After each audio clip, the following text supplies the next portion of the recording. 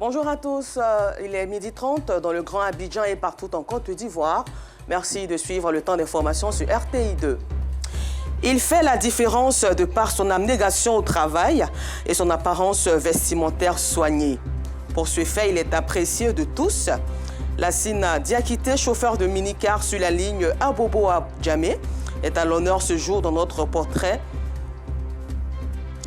Et puis, hors de chez nous au Niger, selon la junte au pouvoir, le président renversé Mohamed Bazoum et son entourage avaient tenté de s'évader ce jour. Encore merci de votre fidélité. Lassine Diakité est un chauffeur de minicar qui porte des costumes pour exercer son métier. Pour maintenir son style, il apprête tous les vêtements qu'il mettra au cours de la semaine dès le dimanche soir. De la commune d'Abobo-Djamé, passagers et commerçants admirent tout son style vestimentaire. Et il faut souligner aussi que le respect des clients est l'une de ses priorités. Dans ce portrait signé Assitan Diarra, Zié Traoré et Seydou Ouattara, sachez que Lassine Diakité, ce chauffeur de minicar communément appelé Gbaka, travaille sans apprenti. Dans la commune d'Abobo réside un chauffeur de minicar communément appelé Gbaka. Un conducteur pas comme les autres. Lassine Diakité, c'est de lui qu'il s'agit. Comme à son habitude, il nettoie ses chaussures, met son nœud et sa veste avant de se rendre au boulot.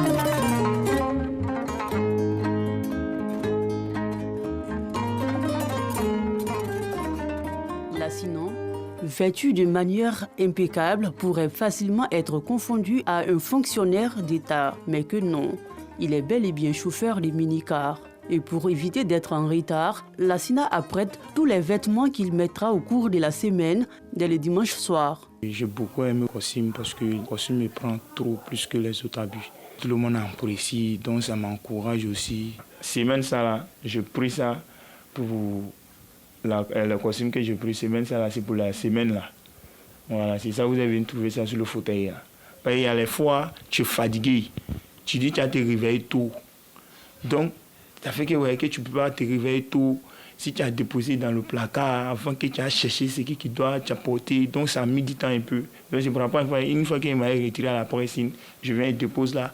Là, s'il y a un retard, je sais où je dois me diriger. C'est à l'âge de 10 ans que Lassine dévoile à son père sa passion pour ce métier. Il m'a demandé c'est quel métier que je veux. Et j'ai demandé qu'il veut être chauffeur. Donc, il m'a dit, OK, il n'y a pas de problème. Donc, il faut rester à côté de moi. Je suis resté avec lui un peu. Jusqu'à arriver à ce moment, donc, le verre a décidé pour me faire venir à Abidjan ici. Pour éviter les ennuis et les désagréments avec les passagers, Lassine prépare toujours la monnaie avant de quitter son domicile. Souvent, il peut avoir monnaie 5 000 sur moi, souvent monnaie 2 000, monnaie 3 000. Ça dépend dans la journée, monnaie que je gagne. Et si je gagne le monnaie maintenant, je garde pour le lendemain, pour mes passagers. Alors, si monnaie finit maintenant, je l'informe. Après avoir tout apprêté, il s'entretient avec son ami intime Karim, venu lui rendre une visite de courtoisie. Avant que moi je le connaisse même, moi je me disais que peut-être qu'il travaille dans la fonction publique. Étant chauffeur de Gbara même, et que tu t'habilles comme ça, parler au travail même, c'est pour ça moi-même je me suis approché à côté de lui-même. Après les échanges, Lassine s'engage pour une nouvelle journée. Une fois auprès de son minicar, il s'assure de son état. Une inspection minutieuse s'impose alors.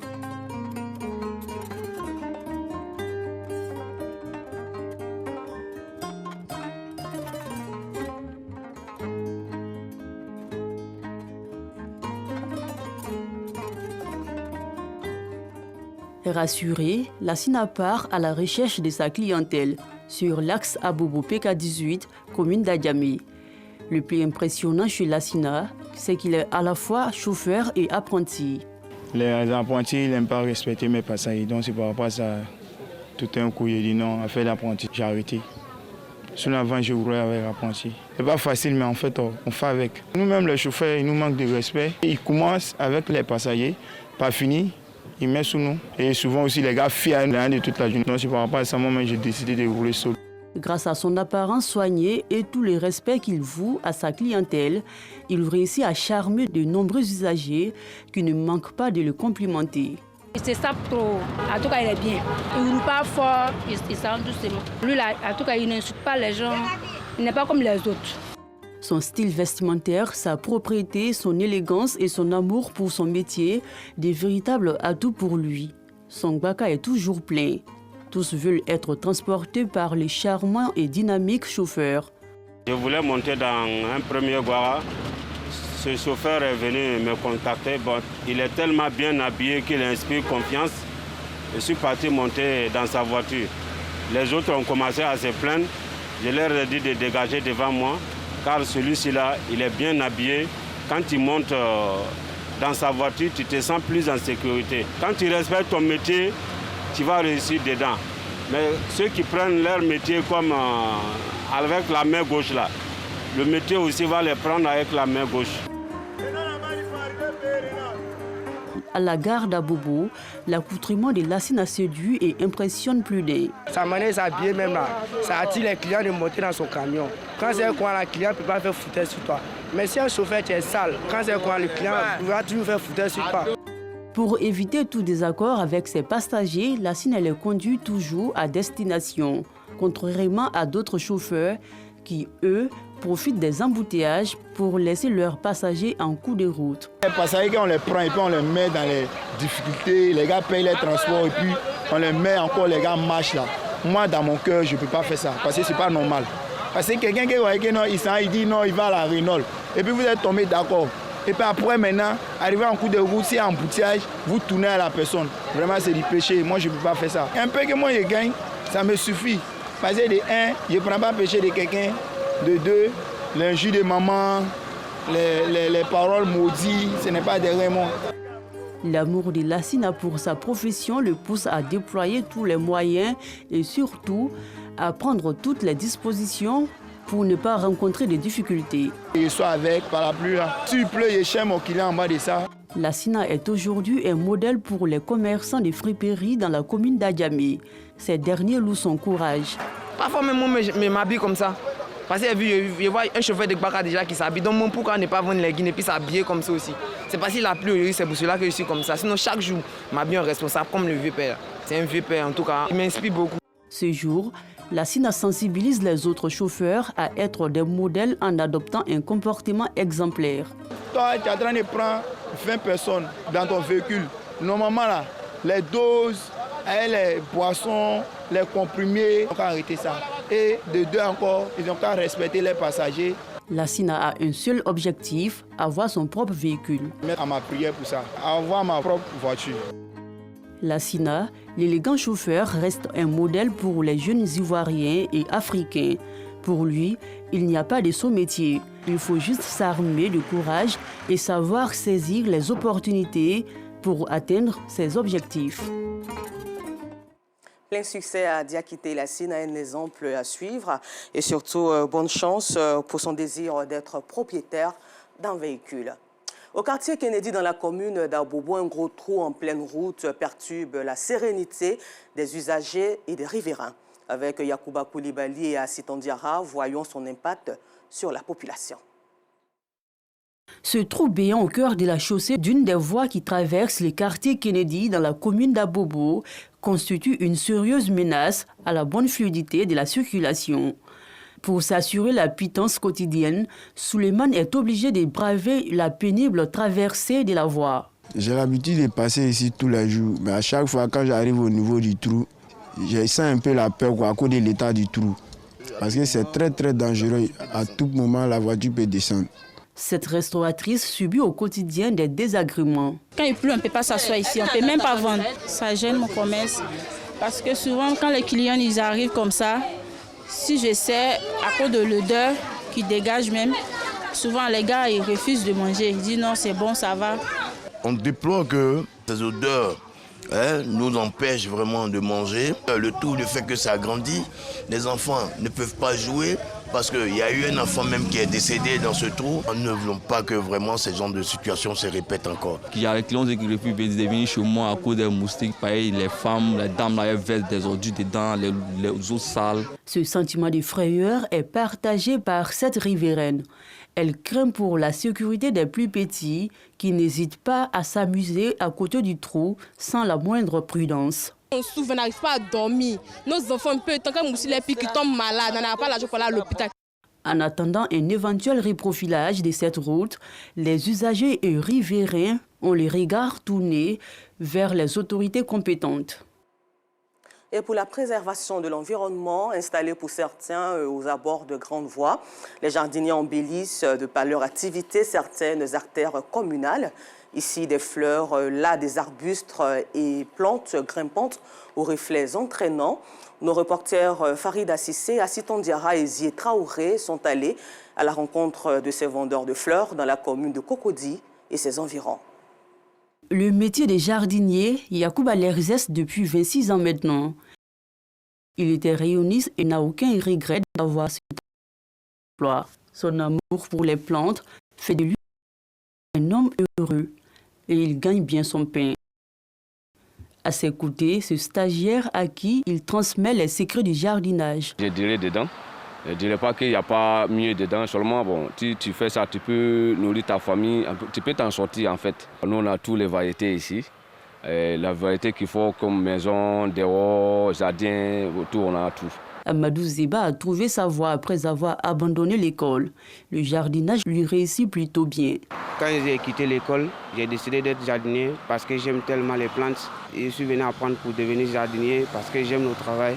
Cet ancien ouvrier des BTP, reconverti en jardinier paysagiste, adore les plantes et en connaît les secrets. Son quotidien s'articule autour des arrosages, des compositions de commandes et d'entretien. Il aide ses clients dans le choix de leurs plantes en harmonie avec leurs attentes. Le matin, quand je viens au travail, je vérifie les plantes, si vraiment les plantes vont bien, s'il faut les arroser, s'ils ont besoin de l'engrais, si les plantes sont attaquées, il faut les traiter. Voilà, tout à l'heure, ils sont en train de faire des compositions de plantes. C'est une commande. Il y a une dame qui vient de la cité et j'étais en train de composer pour qu'elle puisse venir chercher. On a les différentes plantes ici, il y a l'aloe vera, il y a passira, on a les cannes de Moïse, on a les palmiers rouges. En tout cas, on a pas mal de plantes ici. On a des cendrianas, on a des anti-moustiques, anti-sorciers. En tout cas, Hysope, c'est une plante qui chasse les mauvais esprits. Le palmier sika, c'est une plante de paix, une plante qui attire aussi la richesse. Un échange entre une habituée des lieux et Didier nous interpelle. Elle croit à l'énergie positive des plantes. Quand je suis venue acheter les plantes, je ne connaissais pas vraiment et je lui ai demandé des conseils. Il m'a conseillé d'autres plantes. Et aujourd'hui, grâce à lui, j'ai l'amour des plantes. À chaque fois, quand je passe pour un pot, je viens lui demander qu'est-ce que ça apporte, qu'est-ce que ça fait dans la maison, où on doit mettre ceci, où on doit mettre cela. Grâce à lui, je connais un peu dans les plantes. J'ai une plante particulière qu'on appelle ça le pachira. C'est plein de bonheur, ça apporte plein de choses positives. Tout le monde ne peut pas s'offrir des fleurs. C'est le cas de Bamogo François. Bien qu'il aime les plantes, il ne peut en acheter. J'aime des plantes, mais ma maison est très petite, donc je n'ai pas de plantes chez moi. Quand j'aurai une grande maison, j'aurai beaucoup de plantes chez moi. Tidiane Pizongo est également jardinier dans la commune de Cocody. Pour lui, chaque plante a un pouvoir et dégage une symbolique au-delà du simple embellissement du cadre de vie. Le lys de paix, c'est une plante aussi qui est bonne à l'intérieur et puis ça observe de l'humidité aussi. Aussi, il y a des hommes qui appellent que la langue de belle-mère. Quand c'est chez toi ou à la maison, la belle-mère, elle n'arrive pas à te parler mal aussi. Les fleuristes et jardiniers ont les mains vertes. Ils donnent une autre coloration à l'environnement et aux maisons de leurs clients. Bien plus, ils participent à la réduction de l'impact carbone. Ces plantes et ces fleurs contribuent à l'équilibre de la nature. Nous vous le disions en titre, hors de chez nous au Niger, coup de fusil à l'aube et déplacement de blindés. La situation était confuse hier à Niamey. Dans la soirée, la junte a expliqué que le président renversé Mohamed Bazoum et son entourage avaient tenté de s'évader. Des proches de l'ex-président expliquaient de leur côté que leur téléphone portable avait été confisqué et que Mohamed Bazoum avait été séparé de sa femme et de son fils. Au Gabon, le Parlement de transition peut enfin entrer en fonction. Nommés le 6 octobre dernier, les députés et sénateurs de la transition ne pouvaient pas entamer leur travail. Plusieurs saisines auprès de la Cour constitutionnelle sur ces nominations ont automatiquement suspendu l'installation du Parlement de la transition. La décision de la Cour constitutionnelle était très scrutée car elle est la toute première depuis le départ de Marie-Madeleine Mboro-Sansio, qui a dirigé cette institution durant plus de 30 ans.